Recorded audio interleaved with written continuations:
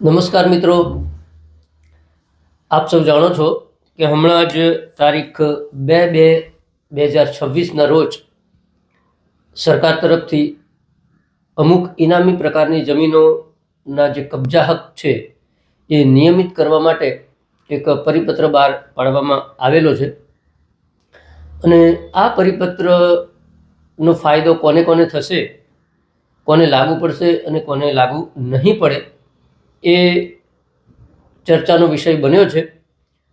ઘણા બધા વ્યક્તિઓના ફોન આવ્યા કે સાહેબ આની અંદર હકીકત શું છે તો એ સ્પષ્ટ કરો. આની ઉપર ઘણા વિડીયો બન્યા છે, પણ આપણે એક અલગ પ્રકારથી વિડીયો બનાવીએ છીએ એ આપ સૌ જાણો છો. આલતુ ફાલતુની વાતો આપણે કરતા નથી, સીધી જ મુદ્દા ઉપરની ચર્ચા આપણે કરીએ છીએ. આપણે આ જે કબજા હક નિયમિત કરવા બાબતના જે પરિપત્રો છે એ પરિપત્રો માટેનો એક સરસ મજાનો વિડીયો 14 પરિપત્રો જે હતા એ 14 પરિપત્રોનો એક વિડીયો તારીખ 10/5/25ના રોજ આપણે આપણી ચેનલ ઉપર મૂકેલો છે.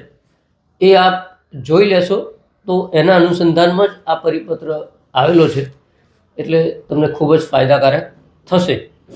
એ વિડીયોની અંદર આપણે 14 પરિપત્રોની ચર્ચા કરી હતી કે જે પરિપત્રોના આધારે કબજા હક નિયમિત થતા હતા જંત્રીની 20% રકમ ભરીને, અને એ 2024નો પરિપત્ર હતા બધા. હવે જે આ 2/2/2026નો પરિપત્ર છે મિત્રો, તો એની અંદર એ 24 પૈકી 9 પરિપત્રોને આવરી લેવામાં આવ્યા છે. એ આપની સ્ક્રીન ઉપર આપ જોઈ શકો છો કે એ 9 પરિપત્રો કયા કયા છે એ પહેલાં આપણે જોઈ લઈએ. આ 2/2/2026નો પરિપત્ર એ આ 9 પ્રકારના જે પરિપત્રો અગાઉ થયેલા હતા 2024માં 28/8/2024 આઈ થિંક તારીખ કદાચ હું ના ભૂલતો હોય તો એની અંદર 14 પૈકી આ 9 પરિપત્રો આવરી લેવાયા છે. એ કયા કયા છે એ આપણે ઝડપથી જોઈ લઈએ. આપણી સ્ક્રીન ઉપર પણ છે. એમાં છે ધી મુંબઈ પરચુરણ અને કુલકર્ણી વતન નાબૂદી એક્ટ 1950, અને એ પરિપત્રનો નંબર છે ઈ નંબર 11-20-21/52-056.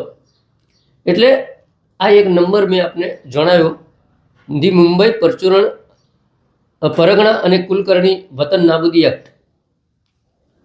બીજું છે ધ મુંબઈ વિલીની પ્રદેશો બરોડા વતન નાબૂદી એક્ટ, મુંબઈ વિલીન પ્રદેશો અને વિસ્તારો જાગીર નાબૂદી એક્ટ, ધી મુંબઈ રૈયત ઉપયોગી ચાકરિયાત ઇનામી નાબૂદી એક્ટ, ધ મુંબઈ વિલીન પ્રદેશો પરચુરણ સત્વાપર નાબૂદી એક્ટ, ધ મુંબઈ ભીલ નાયક ઇનામ નાબૂદી act, the Mumbai Ankadia Saurashtra area નાબૂદી એક્ટ, અને ધી સાગબારા અને Mewasi estate abolition of proprietaries rights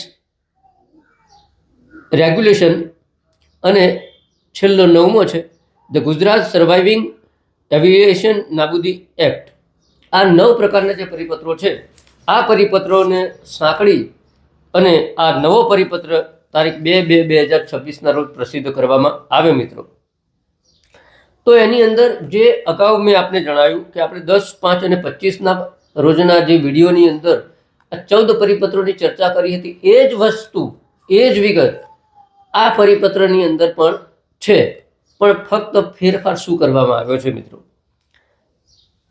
એ વખતે પણ પેરા નંબર 1ના એ 14 પરિપત્રોના પેરા નંબર 1ની અંદર હતું કે રિગ્રાન્ટ કરેલ પરંતુ કબજા કિંમત ભરપાઈ ના કરી હોય, બરોબર, આવી જમીનોના કબજેદાર અથવા તેમના વારસદારો જમીન ધારણ કરતા હોય અને આવી જમીનોની તબદીલીઓ થઈ ગઈ હોય અને આ જમીનનો અન્ય વ્યક્તિના કબજામાં હોય અને કબજેદાર પાસેથી પ્રવર્તમાન જંત્રીના 20% કબજા હકની રકમ વસૂલી આવા અનઅધિકૃત કબજા નિયમિત કરી આપવાના રહેશે. આવી જોગવાઈ એ 14 પરિપત્રોમાં હતી. પણ આ 2/2026ના પરિપત્રની અંદર એક વસ્તુ નવી ઉમેરવામાં આવી, એ નવી વસ્તુ એ છે કે પહેલાં એવું હતું કે રિગ્રાન્ટ કરેલ પરંતુ કબજા કિંમત ભરપાઈ ના કરેલ હોય, આ તો હતું જ, આ પાછું આની અંદર પણ રહ્યું છે. હવે નવી વસ્તુ, રિગ્રાન્ટ કરવાને પાત્ર હોય પરંતુ કોઈ કારણસર રિગ્રાન્ટ થઈ શકેલ નથી. આ એક લીટી નવી આ પરિપત્રની અંદર ઉમેરવામાં આવી છે મિત્રો. કઈ લીટી? પહેલા એવું હતું કે રિગ્રાન્ટ થયું હોય પણ કબજા કિંમત ભરપાઈ ના કરી હોય. આમાં શું નવું ઉમેર્યું? રિગ્રાન્ટ કરવા પાત્ર હોય, રિગ્રાન્ટ કરેલી ના હોય પણ રિગ્રાન્ટ કરવા પાત્ર હોય અને કોઈ કારણોસર એ રિગ્રાન્ટ થઈ શકેલ ના હોય, આ લીટી ઉમેરી અને આ નવો પરિપત્ર બહાર પાડવામાં આવેલો છે મિત્રો. બાકીની તમામે તમામ જે માહિતી છે એ અગાઉના 14 પરિપત્રો મુજબની એઝ ઇટ ઇઝ યથાવત રાખવામાં આવી છે મિત્રો. આ થઈ પરિપત્રની વાત. અને જે કબજા હકની રકમ છે 20% પ્રવર્તમાન જંત્રીના દરની, એ પણ યથાવત રાખવામાં આવી છે મિત્રો. એ 14 પૈકી 9ને જ આવરી લેવામાં આવે છે. મોટા ભાગે ઘણા લોકોના ફોન આવ્યા મને કે ભાઈ દેવસ્થાન ઇનામી, તો દેવસ્થાન ઇનામીનો સમાવેશ આ 2/2/2026ના પરિપત્રમાં થતો નથી. જાત ઇનામી, તો એનો પણ સમાવેશ આ પરિપત્રની અંદર થતો નથી. ચાકરિયાત પસાયતા, તો મારી દ્રષ્ટિએ એનો પણ સમાવેશ આની અંદર થતો નથી, પણ એની અંદર ચાકરિયાત રૈયત ઉપયોગી છે એનો સમાવેશ થાય છે. એટલે આ તો હું અનુમાન માનું છું, અને તમને તો આપણા વિડીયો જોયા પછી તમે બુદ્ધિશાળી બની ગયા છો, એટલે તમને ખબર હશે કે કોઈ સરકારના ખૂબ જ નજીકના વ્યક્તિ હશે અને એમનું આવું કંઈક ફસાણું હશે, તો એ 14 પરિપત્રો તો હતા જ, તો નવો કેમ બહાર પાડવો પડે? હકીકતો એની જ છે. લીટી ઉમેરી, રિગ્રાન્ટ કરવાને પાત્ર હોય પરંતુ કોઈ કારણ રિગ્રાન્ટ થયેલ ના હોય. આ 9 પૈકી ઘણાની અંદર અમુક જમીનો રિગ્રાન્ટ નહીં થઈ હોય અને એ સત્તાધીશોના સંપર્કમાં હશે અથવા સત્તાધીશોની નજીક હશે કે જેથી એમના કામ અટક્યા પડ્યા હશે, અને એ કામને સોલ્વ કરવા માટે આ નવો પરિપત્ર બહાર પાડવામાં આવ્યો હોય એવી મને શંકા જાય છે. કદાચ હું ખોટો પણ હોઈ શકું, ખોટો હોય તો માફ કરજો. પણ જો સરકારની મનસા સાચી જ હતી તો જાત ઇનામી ને દેવસ્થાન ઇનામીનો સમાવેશ પણ આની અંદર કરી દેવો જોઈતો હતો.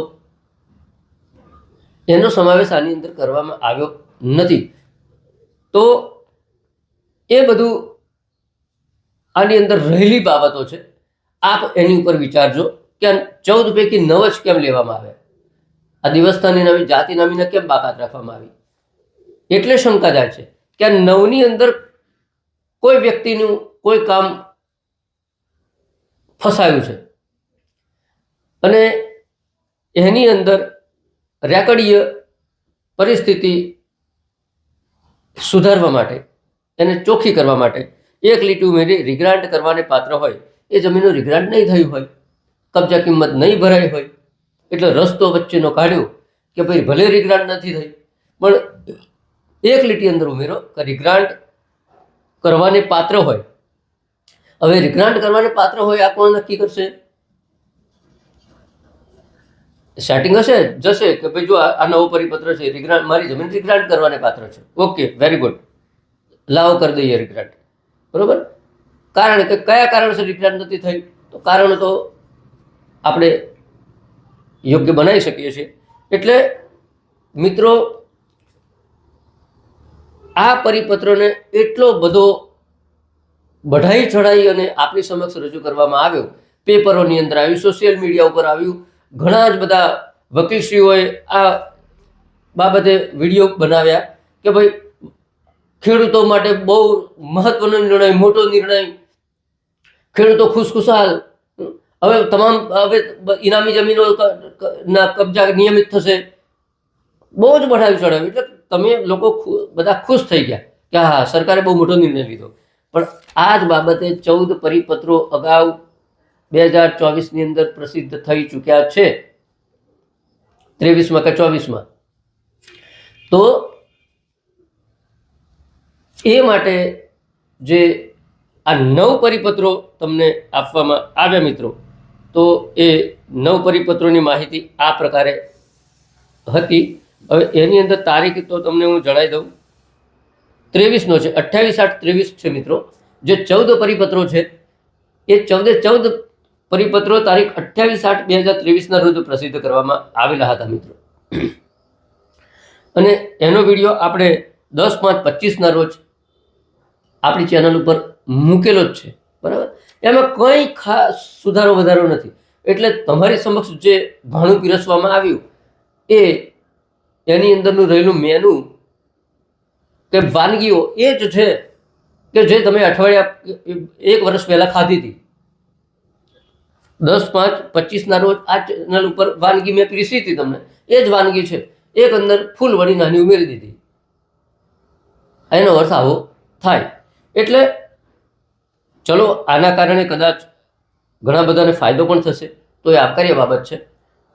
પણ સરકારે જ્યારે પરિપત્ર બહાર પાડવાનો હોય છે તો વિચારવું પડે કે સિલેક્ટિવ ના રહેવાય. કારણ કે જે પરિપત્રો બહાર પાડવામાં આવે છે, અસંખ્ય હજારોની સંખ્યામાં પરિપત્રો હોય છે. આજે આ પરિપત્ર, કાલે બીજો પરિપત્ર, પરમ દિવસ ત્રીજો પરિપત્ર.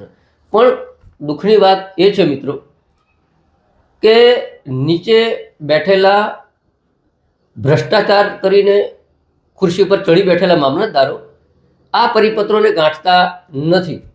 તમે એમને બતાવવા જાઓ તો કે અમારી પાસે નથી આવ્યો. આવી વાહિયાત વાતો સામાન્ય માણસને સમજાવે છે. અને અમારી ઉપર લોકોના ફોન આવે છે કે સાહેબે આવું કીધું, એ આધારે અમે કહીએ છીએ. ત્યાં બેઠેલો એક ક્લાર્ક કક્ષાનો નાયબ મામલતદાર એ આ પરિપત્રોને ગણતો નથી. એટલે સરકારશ્રીને મારી વિનંતી છે કે તમે પરિપત્ર તો બહાર પાડો છો, પણ તમારા નીચેના કર્મચારીને કહો કે આ તમારા સાહેબના પરિપત્રને ના માનવાની તમારી હિંમત કેમ ચાલે છે. એ મામલતદાર માનતો નથી તમારા પરિપત્રને, પણ તમે મામલતદાર સામે કોઈ સ્ટેપ લઈ શકતા નથી. આ તો ઠીક છે, પણ એક 32P નો વિડીયો પણ મેં અગાઉ મૂકેલો છે કે જેની અંદર 32 ગણોદ્ધારાના કાયદાનું અર્થઘટન ગુજરાત હાઈકોર્ટે 2014ના એક જજમેન્ટમાં કરેલું છે. અને 32P કાયદામાં જે જમીન છે એ જમીન માલિકને નથી મળી શકતી, પણ એનું અર્થઘટન કરી અને નામદાર ગુજરાત હાઈકોર્ટે એ જમીન માલિકને મળે એવો ચુકાદો આપ્યો છે એક કેસની અંદર. અને એના આધારે જ્યારે કોઈ અરજી કરે છે તો એ મામલતદાર એ ગુજરાત હાઈકોર્ટના જજમેન્ટને માનતો નથી. એ એમ કહે છે કે આ જજમેન્ટને નહીં માની, અમે તો કાયદો કહેશે એમ માનીશું. તો અદાલતો પણ ચૂપ છે. અને જ્યારે અદાલતો સમક્ષ આવા મામલતદાર, નાયબ મામલતદાર, પોલીસ આવા શબ્દો સાથે કોઈ પિટિશન કે અરજીઓ જતી હોય છે તો અદાલતો પણ 2 ડગલા પાછળ હટતી હોય છે. એ અમારો પ્રત્યક્ષ અનુભવ છે. અમે કોર્ટને એવું માનતા નથી, પણ આ તો અમારો રોજ બરોજની અનુભવ છે કે અદાલતો 2 ડગલા પાછળ હટી જાય છે. મામલતદાર છે, ના થાય. નાયબ કલેક્ટર છે, ના થાય. પોલીસ છે, જોવું પડે. સામાન્ય માણસ માટે આ હોતું નથી. ઇમ્યુનિટી સામાન્ય માણસ માટે નથી હોતી. ગુજરાત હાઈકોર્ટના, સુપ્રીમ કોર્ટના જજમેન્ટ્સ રેવન્યુ ડિપાર્ટમેન્ટના કોઈ માનતા નથી. આ બહુ જ જવાબદારીપૂર્વક કહું છું. એ વિલંબ માફ હોય કે રેવન્યુ રેકોર્ડની ઓથેન્ટિસિટી હોય કે રેવન્યુ રેકોર્ડ એ ટાઇટલનો પુરાવો નથી એ હોય કે વોટ એવર, સુપ્રીમ કોર્ટે અસંખ્ય વાર, નામદાર ગુજરાત હાઈકોર્ટે અસંખ્ય વાર પોતાના જુદા જુદા ચુકાદાઓના માધ્યમથી જણાવેલું છે. પણ નીચે બેઠેલા અઠંગ અને રીઢા અને ભ્રષ્ટાચારની અંદર લિપ્ત એવા મામલતદારો, નાયબ કલેક્ટરો અને કલેક્ટરશ્રીઓ પણ આ જ સુપ્રીમ કોર્ટના જજમેન્ટોને, હાઈકોર્ટના જજમેન્ટોને માનતા નથી. એ પોતાનું ધાર્યું જ કરે છે. છતાં પણ અદાલતો આવા અધિકારીઓ ઉપર કશું જ પગલાં ભરી શકતી નથી. નામદાર અદાલતો પાસે રખડતા કૂતરાઓની બાબતે સુઓ મોટો કરવાનો સમય છે, પણ જાહેર જનતા દુઃખથી પીડા રહે છે એવી બાબતોમાં સુઓ મોટો કરવાનો સમય નથી. એ ખૂબ જ દુઃખની વાત છે. એક વકીલ તરીકે દુઃખ થાય છે, કારણ કે અમારે રોજ ન્યાયાલયો સમક્ષ જવાનું છે. ન્યાય મળે પણ છે, વહેલો પણ મળે છે, મોડો પણ મળે છે. એના અનેક કારણો છે. એક જસ્ટિસનો એક રિપોર્ટ આવ્યો છે, આપણે એ રિપોર્ટની અંદર પણ આપણે એક વિડીયો બનાવીશું કે કેમ ન્યાય મોડો મળે છે, એના પણ કારણો છે.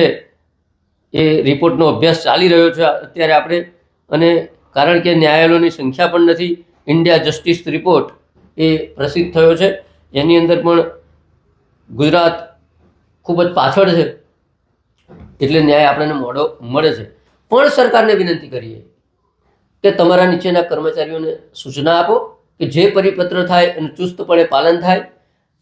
પરિપત્ર તો ઘણા બધા છે કે ભાઈ ન્યાયાલયોના જજમેન્ટનું યોગ્ય અર્થઘટન કરી અને એની યોગ્ય અસર રેવન્યુ રેકોર્ડમાં આપવી, પણ એ પરિપત્રને અભરાઈએ ચડાવી દીધો છે. કોઈ જ અર્થઘટન થતું નથી. બીજા હકની અંદર નોંધ પાડી દેવામાં આવે છે. એની જજમેન્ટ્સ અંગ્રેજીમાં હોય છે, ત્યાં બેઠેલાને અંગ્રેજી આવડતું નથી. મારો પોતાનો પ્રત્યક્ષ અનુભવ છે કે 2-3 મામલતદારોને તમે લગભગ 10 જજમેન્ટ અનુવાદ કરી આપ્યા હશે. એમ કે છે તમે અનુવાદ કરી લાવો, એનો મતલબ કે તમને અંગ્રેજી આવડતું નથી. આ બધી ગ્રાઉન્ડ રિયાલિટી છે, જમીન ઉપરની પરિસ્થિતિ છે.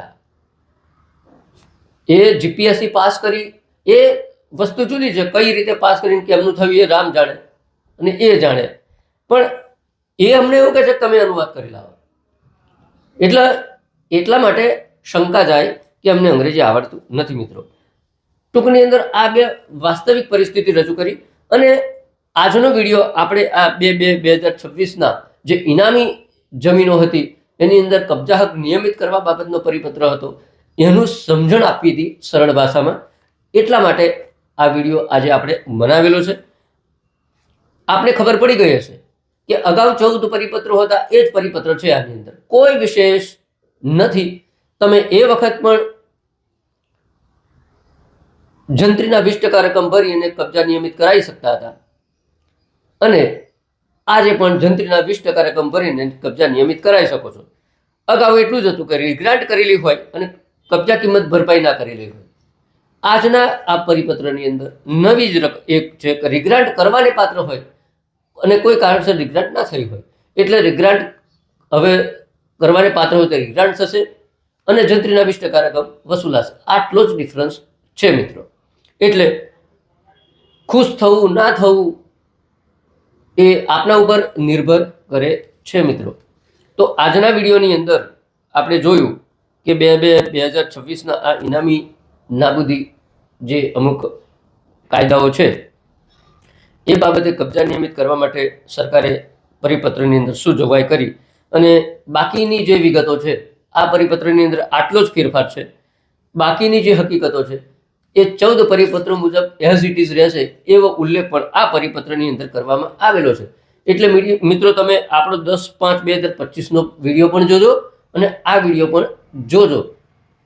એ 14 પરિપત્રોની અંદર વિસ્તૃત મેં માહિતી આપેલી છે. આજના વિડીયોની અંદર ફક્ત ફેરફાર શું થયો એ જ મારે આપને જણાવવું હતું, બાકી ફેરફાર કશું થયો નથી.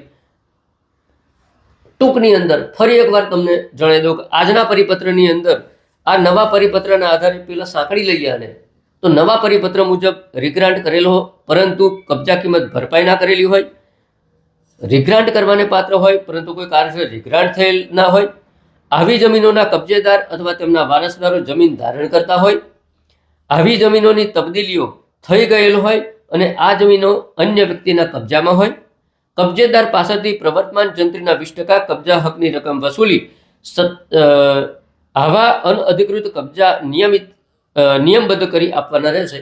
આ પરિપત્રનો ટૂંક સાર છે મિત્રો.